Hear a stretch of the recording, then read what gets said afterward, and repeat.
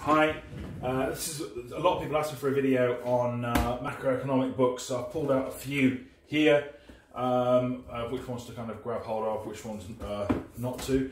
So the kind of opener in the macro space is this one by David Moss, Concise Guide to Macroeconomics. Can everyone see that? Okay, yeah, fine, I'll go a bit lower. A Concise Guide to Macroeconomics. It's a really good starter. It works through you know, the basics, thesis.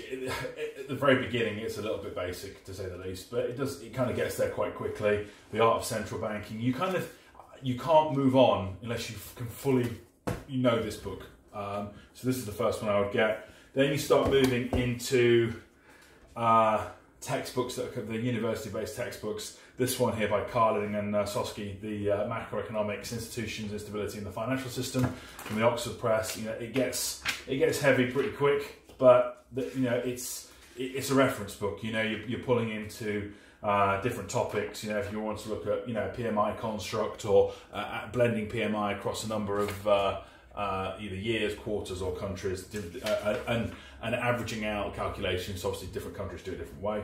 That's that one. The similar one here is this one by William Mitchell, Macroeconomics. It's actually laid out a little bit easier. So if you want to, it's another university textbook, but these are all the latest versions. So everything's in here.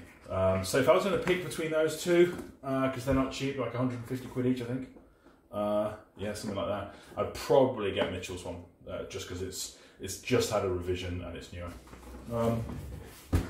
A couple of other ones. Once you've kind of read the basics and then moved on to those, there's a few here. This one's quite good, by Jonathan Conlin, Great Economic Thinkers.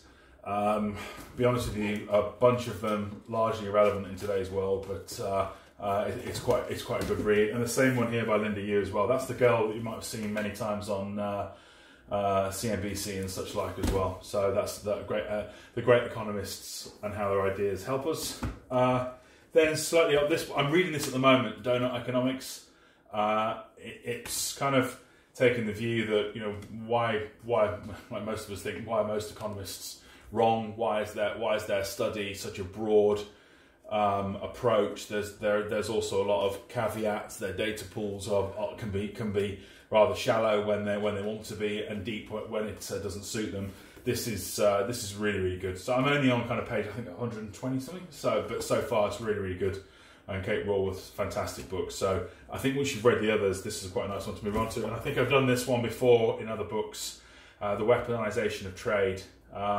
It's an absolute must. This is a great book. Just what's going on with the US economy right now, how Trump's playing things.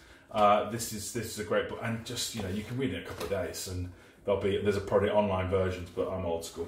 So they're the macro ones. So if I was going to go number one, absolutely everybody must read this one.